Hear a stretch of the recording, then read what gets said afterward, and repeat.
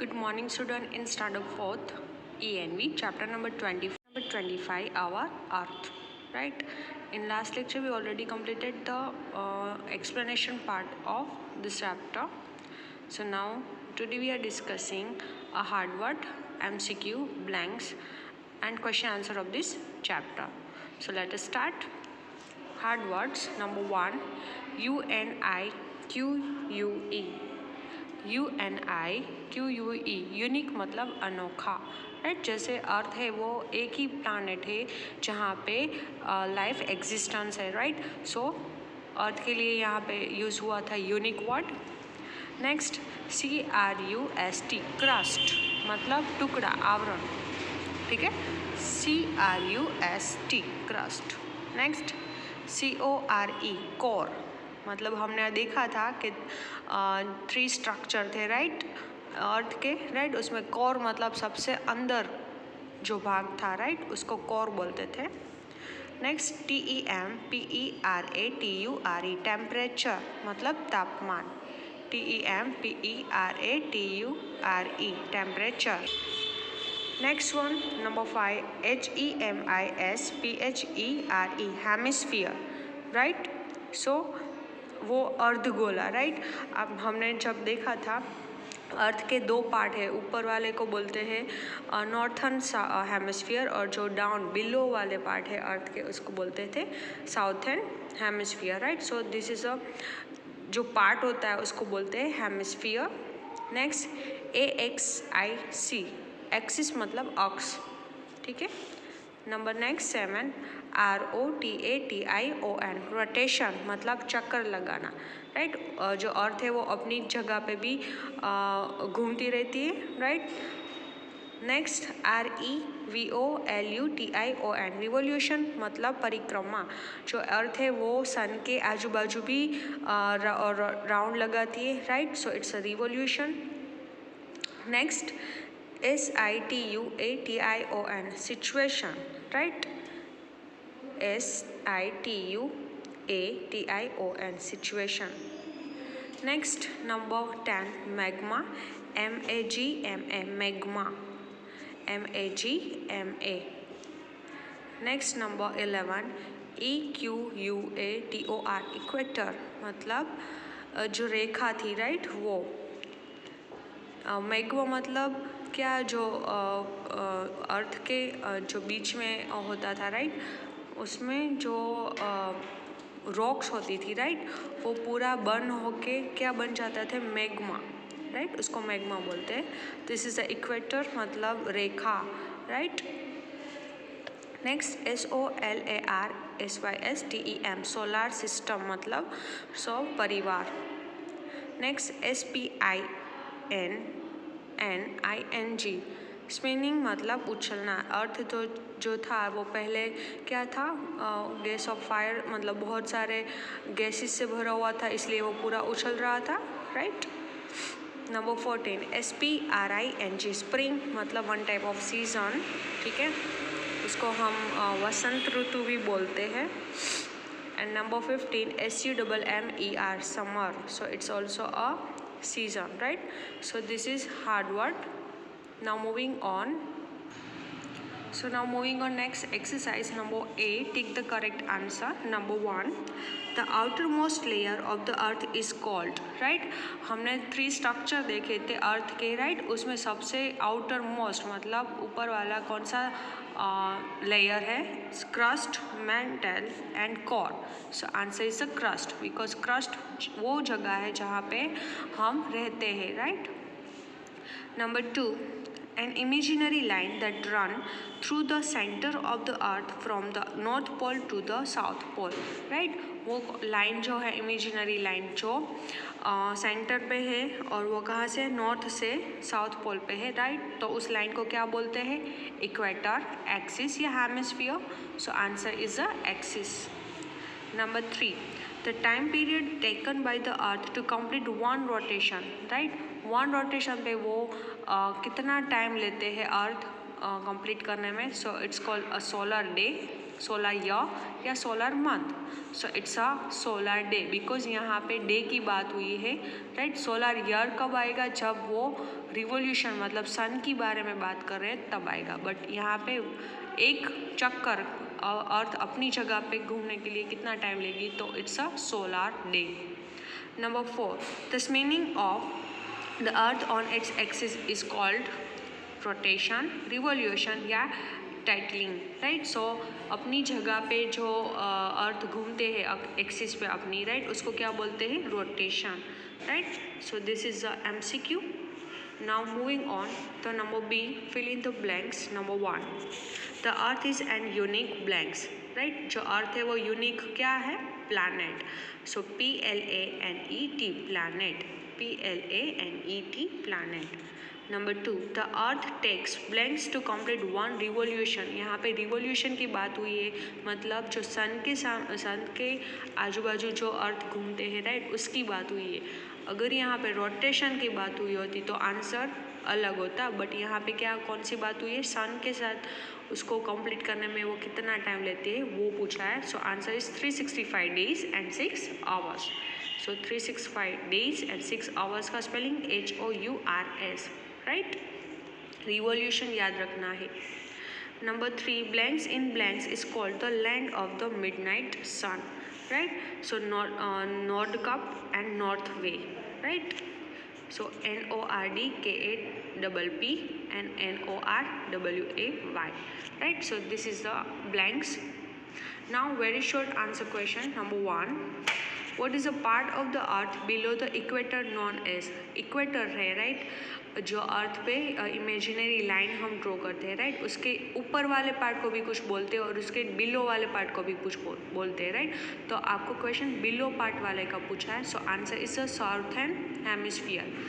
Above वाले का आता तो आंसर क्या जाता, northern hemisphere, right. So southern hemisphere SOUTHERN, southern hemisphere का spelling HEMISPHERE, right? It's a below part, right? So it's a southern hemisphere. Number 2, name the 3 layer of the earth, right? अर्थ के 3 structure थे, right, उसका आपको name लिखना है। So first layer it's called a crust, then mantle and then core. So CRUST crust, MANTLE mantle and CORE core, right? So this is the three layers of the earth. Number 3, how many seasons do we have and name them? हमारी total कितनी season है, right? It's a 4 season and its name is summer, winter, spring and autumn, right? Summer का spelling SUMMER, then WINTER winter, SPRING spring and autumn AUTUMN, right? So this is a very short answer question. Now moving on, the next one is a short answer question. So the next one is a short answer question. Number 1, why is there a summer in the hemisphere that is titled toward the sun? आपको पूछा है कि summer season कैसे होता है, तो वहाँ पे जो हेमिस्फीयर है, राइट, उसकी सन की रे कौन सी साइड पे होती है, right. So the hemisphere that is titled toward the sun get direct sun ray, right. जो सन की रे है वो डायरेक्टली अगर हेमिस्फीयर पे पड़े, राइट, तो उसमें समर सीजन होती है। सो इट इज़ वार्मर, वो बहुत ही वार्मर होती है, therefore it has a summer, इसीलिए वहाँ पे समर हो जाती है। क्यों? क्योंकि हेमिस्फीयर जो है, राइट, सन की जो रे है वो हेमिस्फीयर पे कैसे पड़ती है, डायरेक्ट पड़ती है, उसी की वजह से वहाँ पे कौन सी सीजन हो जाती है, summer, right. So answer is easy, the hemisphere that is titled toward the sun gets direct sun ray, right. So get a direct sun ray, directly सन की जो रे है वो उस पर पड़े तो वो बहुत ही गर्मी लगती है, राइट। सो कौन सी सीजन हो जाती है, तब वहाँ पे कैसा हो जाता है, एटमॉस्फेयर बहुत ही वार्मर हो जाता है। सो it's a summer.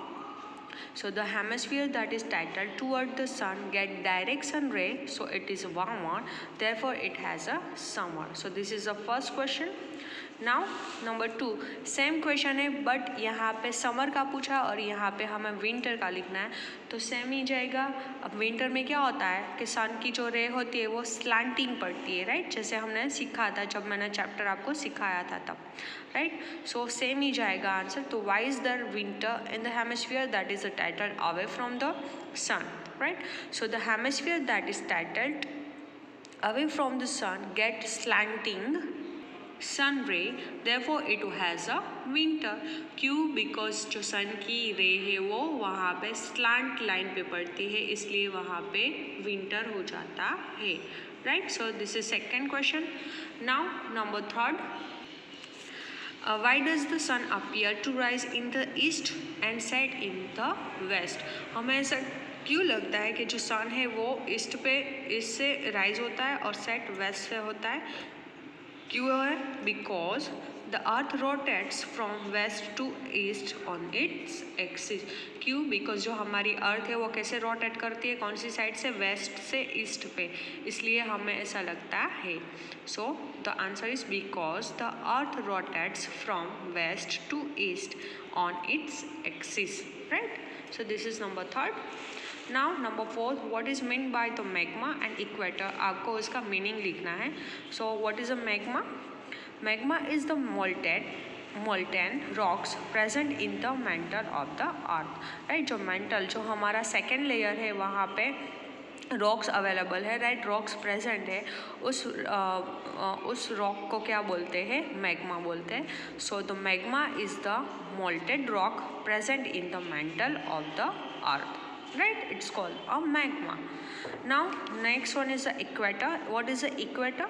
So equator is the imaginary line that run halfway through the center of the earth, right?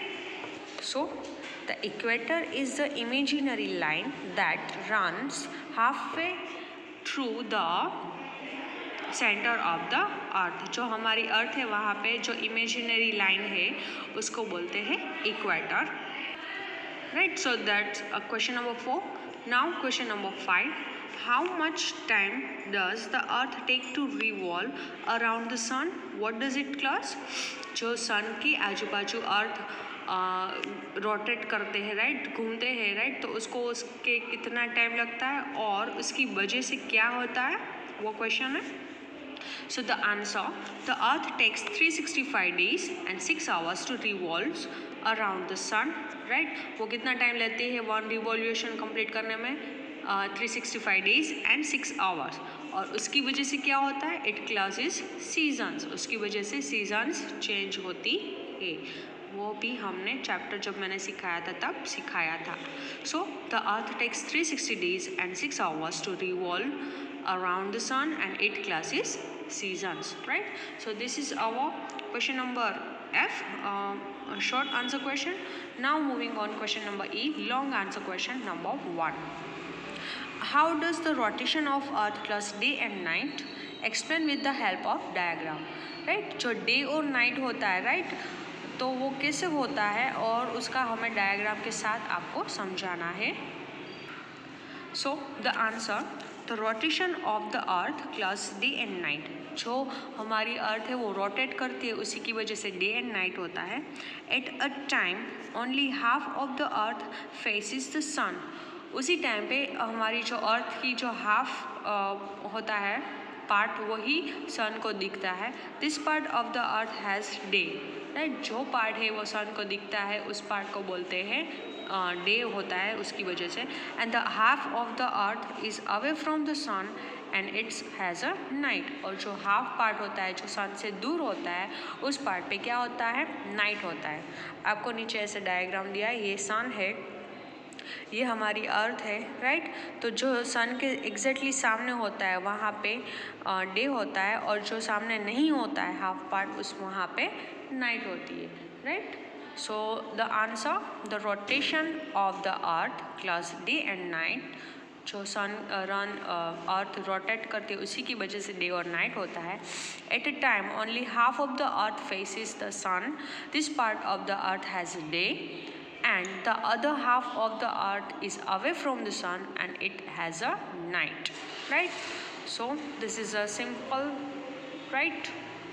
Long answer number 1, right? So this is our question, chapter number 25, our earth. I hope you all are clear. Thank you.